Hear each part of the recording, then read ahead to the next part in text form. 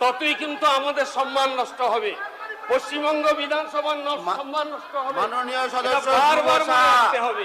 মাননীয় সদস্য শান্তন, doctor engineer সবই তৈরি হবে।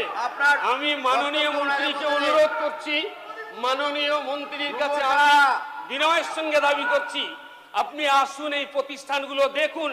বাংলা, ইংরেজি, অঙ্ক, ভূগোল, বিজ্ঞান, ইতিহাস সমস্ত কিছু আমরা পড়ানোর পরেও কেন এই কথা আমাদের শুনতে হবে, কেন এই কথা আমাদের বলতে হবে?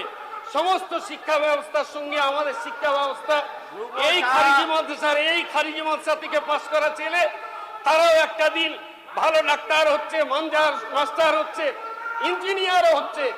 চলবে কিনা? সংবিধান যেখানে অধিকার দিয়েছে, সংখ্যালঘুদের যে অধিকার রয়েছে, সেই সংখ্যালঘুদের অধিকার আপনাকে অধিকার দিয়েছে আমাকে সংবিধান, অধিকার দিয়েছে আজকের এই সদন, অধিকার দিয়েছে স্পিকার। আমার বক্তব্য বন্ধ করতে হলে স্পিকার সাহেব বলবেন, আমি 1 মিনিটে বন্ধ করব। স্যার, আপনাকে অনেক অনেক ধন্যবাদ জানিয়ে আমার বক্তব্য আমি শেষ করছি। আপনার সময় শেষ হয়েছে।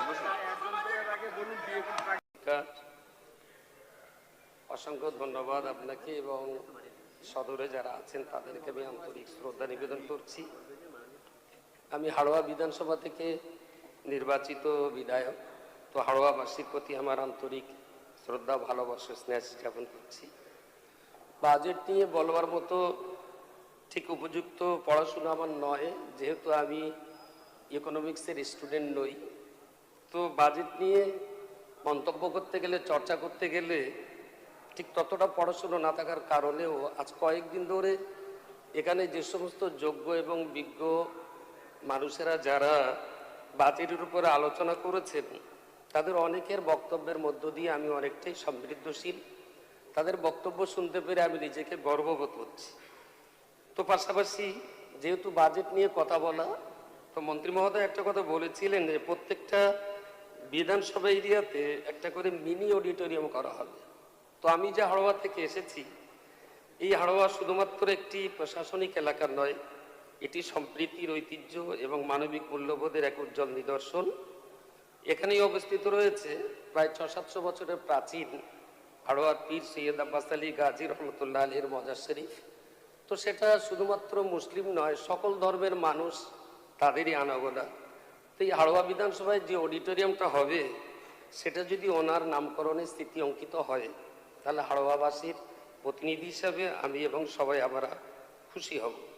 দ্বিতীয় যে কথা বলার না বললে নয়, বাজেট প্রসঙ্গে সংখ্যালঘু এবং সংখ্যালঘু বিষয়ক এবং মাদ্রাসা শিক্ষা বিভাগের যে বাজেট কম করা হয়েছে, এটা নিয়ে কম বা বেশি দিয়ে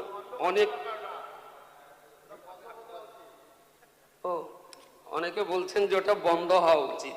তো যদি সেটা তাই হয়, তাহলে তো এবারের বাজেট করার আগেই তো এটা করলে ভালো ছিল।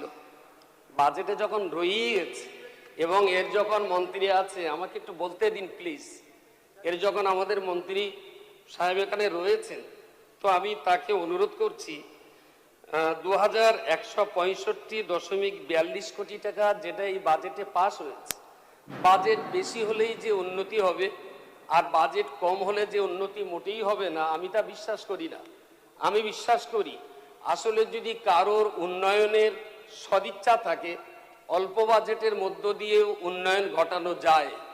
আমাদেরকে বুঝতে হবে একটা জিনিস, আমার এই পূর্ণাঙ্গ দেহটা, আমি ভালোই আছি, সুস্থ আছি, ভালো আছি, কিন্তু আমার এই দেহের 65 কিলো দেহের ভিতরে সামান্য একটা আঙুলের আগায় যদি কোনো ঘা হয়, যদি কেটে যায়, আমাদের বুঝতে হবে যে গোটা দেহটাই কিন্তু অস্থির হয়ে যায়।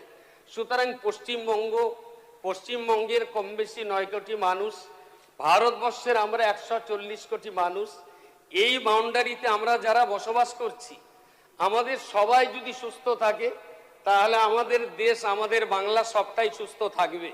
এই একই রাজ্যে, একই দেশে কেউ সুস্থ আর কেউ অসুস্থ এমন যদি হয়, তাহলে সুনিশ্চিত করে ভাবতেই হবে যে আমরা কেউই সুস্থ নই।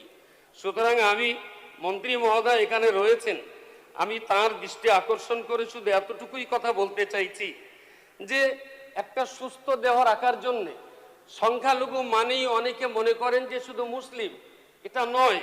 সংখ্যালঘুদের ভিতর শিখও আছে, খ্রিস্টান আছে, বৌদ্ধ ধর্মাবলম্বী তারাও আছে। সংখ্যালঘুদের জন্য যতটুকু অতিরিক্ত পাস হয়েছে, আমি মনে করি, আমি বিশ্বাস করি সকলের জন্য সমানভাবে এই অর্থ যাতে খরচ করা হয় এবং সর্বোপরি উন্নয়নের জন্য উন্নয়নের চোখ দিয়ে একটু সদিচ্ছা থাকাটার প্রয়োজন বলে আমি সদিচ্ছার দৃষ্টি আকর্ষণ কামনা করছি। মাননীয় স্পিকার, আজকে মাদ্রাসা নিয়ে যে কথাগুলো উঠছে বারবার আমাদের শুনতে হয়, আমি অনুরোধ করছি, খুব বিনয়ের সঙ্গে আপনাদেরকে বলছি, মাদ্রাসা শিক্ষা কোনো নূতন নয়, এটা অনেক প্রাচীন শিক্ষা ব্যবস্থা। পশ্চিমবঙ্গে প্রথমত দুই ধরনের মাদ্রাসা আছে, একটা সরকারি সাহায্যপ্রাপ্ত আর একটা সরকারি সাহায্যপ্রাপ্ত নয়। যেগুলো সরকারি সাহায্যপ্রাপ্ত এই মাদ্রাসা আবার দুটো ভাগে বিভক্ত আছে, একটা সিনিয়র মাদ্রাসা, একটা হাই মাদ্রাসা। মনে রাখতে হবে এই মাদ্রাসাগুলোর নামই শুধু মাদ্রাসা, একেবারে হাই স্কুলের যাবতীয় সিলেবাস, বাংলা, ইংরাজি, অঙ্ক, ভূগোল, বিজ্ঞান, ইতিহাস সমস্ত সাবজেক্ট সেখানে পড়ানো হচ্ছে। আর একটা বিষয় যেটা রয়েছে খারিজি মাদ্রাসা। এই খারিজি মাদ্রাসা আমি ব্যক্তিগতভাবে 35,000 বাচ্চার অভিভাবক, আমি অনেকগুলো খারিজি মাদ্রাসা আমার রয়েছে। আমি মাননীয় মন্ত্রী মহোদয়কে অনুরোধ করছি, আমন্ত্রণ জানাচ্ছি, এই মাদ্রাসাগুলো কারা পড়ে প্রথমে ভাবতে হবে, কোন সমাজ থেকে তারা উঠে আসে, কত গরিব জায়গা থেকে তারা উঠে আসে, এবং তারা খারিজি মাদ্রাসায় পড়ে বলে এই নয় যে তারা কোনো সরকারি স্কুলের সঙ্গে তাদের সংযুক্ত নেই। তাদের থাকা খাওয়ার যাবতীয় ব্যবস্থা আমাদের করতে হয়, পাশাপাশি তারা কাছাকাছি কোনো না কোনো প্রাইমারি স্কুল, কোনো না কোনো হাই স্কুল, কোনো না কোনো সিনিয়র মাদ্রাসা, কোনো না কোনো হাই মাদ্রাসার সঙ্গে তাদের অবশ্যই টাই আপ রেখে, অবশ্যই তাদেরকে টাই আপ করেই আপনি জানবেন। এটা কিন্তু এটা বলছেন এখানে মাননীয় স্পিকার সাহেব কিন্তু বলেছেন, যেটা গোটা দুনিয়া দেখছে, লাইভ চলছে। যত চিৎকার চেঁচামেচি করবেন ততই কিন্তু আমাদের সম্মান নষ্ট হবে, পশ্চিমবঙ্গ বিধানসভার সম্মান নষ্ট হবে। মাননীয় সদস্য বারবার মনে রাখতে হবে। মাননীয় সদস্য শান্তন, ডাক্তার, ইঞ্জিনিয়ার সবই তৈরি হবে। আপনার আমি মাননীয় মন্ত্রীকে অনুরোধ করছি, মাননীয় মন্ত্রীর কাছে আমি বিনয়ের সঙ্গে দাবি করছি, আপনি আসুন, এই প্রতিষ্ঠানগুলো দেখুন। বাংলা, ইংরেজি, অঙ্ক, ভূগোল, বিজ্ঞান, ইতিহাস সমস্ত কিছু আমরা পড়ানোর পরেও কেন এই কথা আমাদের শুনতে হবে, কেন এই কথা আমাদের বলতে হবে? সমস্ত শিক্ষা ব্যবস্থার সঙ্গে আমাদের শিক্ষা ব্যবস্থা এই খারিজি মাদ্রাসা থেকে পাশ করা ছেলে, তারাও একটা দিন ভালো ডাক্তার হচ্ছে, মাস্টার হচ্ছে, ইঞ্জিনিয়ারও হচ্ছে, চলবে কিনা